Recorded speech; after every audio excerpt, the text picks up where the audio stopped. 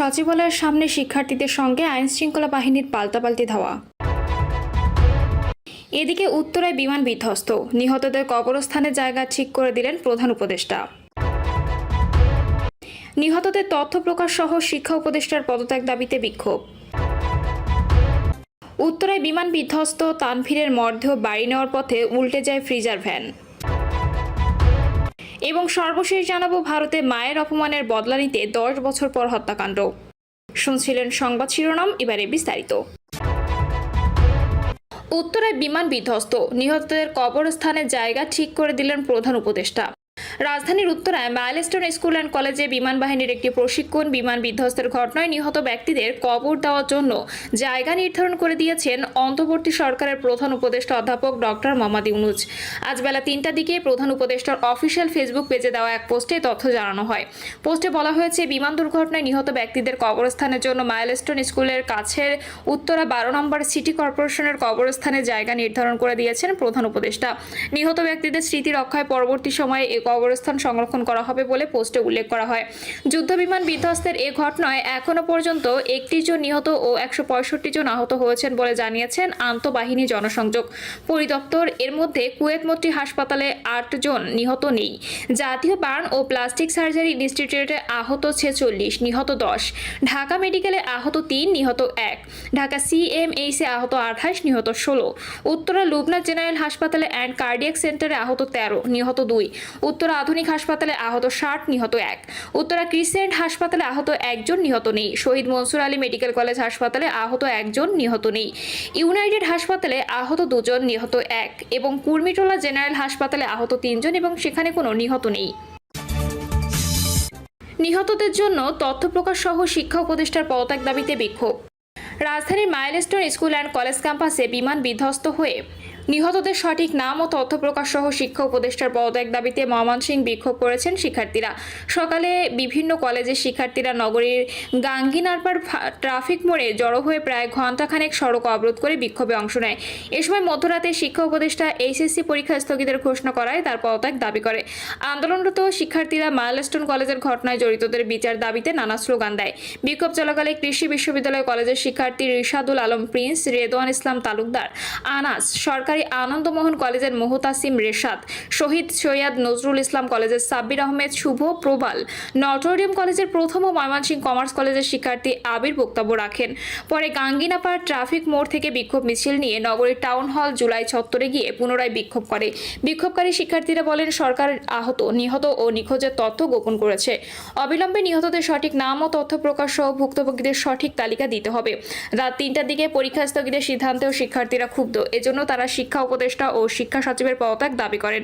24 ঘন্টার মধ্যে তারা পদত্যাগ না করলে ব্লকেট কর্মসূচি সহ কঠোর কর্মসূচি দেওয়া হবে বলেও হুমকি দেয়।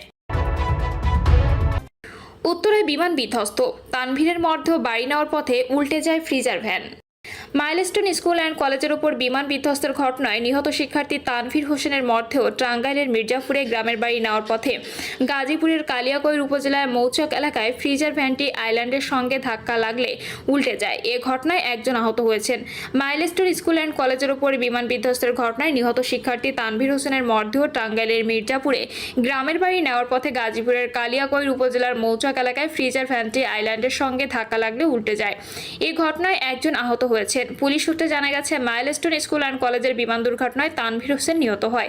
তার মরদেহ নিয়ে গ্রামের বাড়ি টাঙ্গাইলের উদ্দেশ্যে রওনা দেন। রাত 2টার দিকে গাড়িটি গাজীপুরের কালিয়াকৈর উপজেলার মৌচাক এলাকায় পৌঁছালে মহাসড়কের উপর বিভাজকের সঙ্গে ধাক্কা লেগে ভ্যানটি উল্টে যায়। এ ঘটনায় গাড়িতে থাকা 1 জন আহত হয়। নিহত তানভীরের চাচা ও ইউপি সদস্য আবুল কালাম আজাদ বলেন, তানভীরের মরদেহ নিয়ে আসার সময় কালিয়াকৈর উপজেলার মৌচাক এলাকায় একটি ফ্রিজার ভ্যানটি আইল্যান্ডের সঙ্গে ধাক্কা লাগলে গাড়িটি উল্টে যায়। এ সময় নিহতের চাচাতো ভাই সাইফুল আহত হন। পরে অন্য গাড়িতে করে তানভীরের মরদেহ নিয়ে আসা হয়।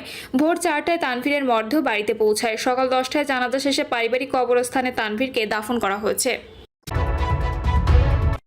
ভারতে মায়ের অপমানের বদলা নিতে 10 বছর পর হত্যাকাণ্ড। 10 বছর আগে মায়ের অপমান ও মারধরের প্রতিশোধ নিতেই শুরু হয়েছিল এক তরুণের পাগল করা খোঁজ। ঘটনাটি যেন কোনো বলিউড সিনেমার গল্প, তবে বাস্তবতা নির্মমতা এতে আরও গভীর। এই গল্প লখনৌর সোনু কাশ্যপের, যিনি মায়ের অপমানের প্রতিশোধ নিতে দীর্ঘ 1 দশক ধরে রাস্তায় রাস্তায় ঘুরেছেন অপরাধী মনোজকে খুঁজতে। এক প্রতিবেদনে এই খবর দিয়েছে ভারতীয় সংবাদ মাধ্যম এনডিটিভি।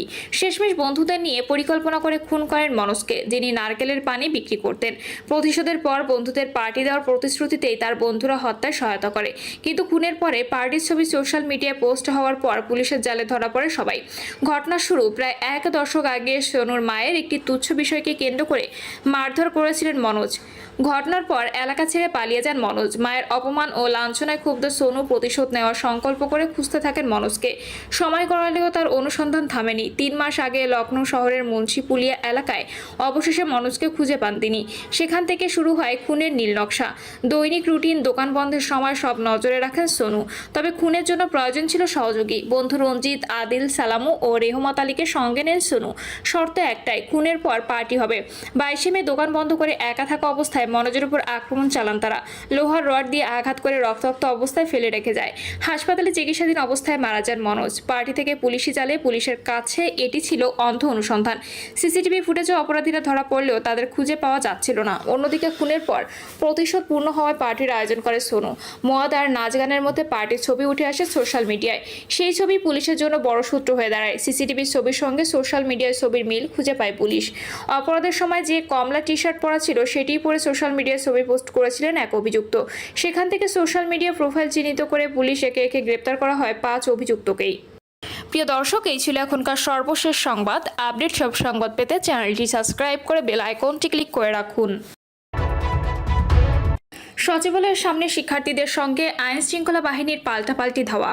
শিক্ষা উপদেষ্টা সি আবরারের পদত্যাগ দাবিতে সচিবালয়ের সামনে অবস্থান নেওয়ার পর ফটক ভেঙে ভেতরে ঢুকে পড়েছেন ঢাকার বিভিন্ন কলেজের শিক্ষার্থীরা। এ সময় আন্দোলনরত শিক্ষার্থীদের সঙ্গে আইন শৃঙ্খলা রক্ষাকারী বাহিনীর পাল্টাপাল্টি ধাওয়ার ঘটনা ঘটে। বিকাল 4:10 দিকে সাউন্ড গ্রেনেড ছোড়ার শব্দ শোনা গেছে। এছাড়া কাঁদানে গ্যাসের শেলও ছোড়া হয়। বিমান দুর্ঘটনায় নিহত আহত শিক্ষার্থীদের সঠিক তথ্য প্রকাশের দাবিতে এবং মঙ্গলবারের এইচএসসি পরীক্ষা দেরিতে স্থগিত ঘোষণা করার কারণে সরকারের এই উপদেষ্টার পদত্যাগ চেয়েছেন তারা। এ সময় শিক্ষা সচিবেরও পদত্যাগ দাবি করেন শিক্ষার্থীরা। প্রথমে তারা 3 নম্বর ফটকের সামনে বিক্ষোভ দেখাচ্ছিলেন। এক পর্যায়ে একটি গেট ভেঙে ভেতরে ঢুকে পড়তে দেখা যায় শিক্ষার্থীদের। ভেতরে পুলিশ সদস্যরও দেখা গেছে। বিক্ষোভরত শিক্ষার্থীরা দুপুরে প্রথমে ঢাকা শিক্ষা বোর্ড ঘেরাও করতে যায়। সেখান থেকে বেলা 1:30টার দিকে সচিবালয়ের সামনে আসে তারা। বিকাল 3:45টার দিকে শিক্ষার্থীরা ফটক খুলে সচিবালয়ের ভেতরে প্রবেশ করেন। এরপর সচিবালয়ের ভেতর পার্কিং অবস্থায় থাকা বেশ কয়েকটি গাড়ি ভাঙচুরের ঘটনা ঘটে। গাড়ি ভাঙচুরের জেরে শিক্ষার্থীদের উপর চড়াও হন আইন শৃঙ্খলা বাহিনীর সদস্যরা। পরে পুলিশ ও সেনাবাহিনীর সদস্যরা শিক্ষার্থীদের সচিবালয় থেকে বের করে দেন। এরপর সচিবালয়ের সামনে পাল্টাপাল্টি ধাওয়ার ঘটনা ঘটে। গতকাল উত্তরার মাইলস্টোন স্কুল অ্যান্ড কলেজের বিমান বাহিনীর প্রশিক্ষণ বিমান বিধ্বস্তের ঘটনায় প্রাণহানির পর আজকের এইচএসসি ও সমমান পরীক্ষা বাতিলের দাবি করেছিলেন শিক্ষার্থীরা। রাত পর্যন্ত পরীক্ষা স্থগিতের কোনো সিদ্ধান্ত না এলেও ভোররাত 2:45টার দিকে তথ্য উপদেষ্টা মাহফুজ আলম জানান যে পরীক্ষা স্থগিতের সিদ্ধান্ত নেওয়া হয়েছে। এরপরেও বিক্ষুব্ধ শিক্ষার্থীরা শিক্ষা উপদেষ্টা ও শিক্ষা সচিবের পদত্যাগ দাবিতে আজ সচিবালয়ের সামনে অবস্থান নেন এবং এক পর্যায়ে তারা পুলিশের বাধা উপেক্ষা করে সচিবালয়ে ঢুকে পড়েন।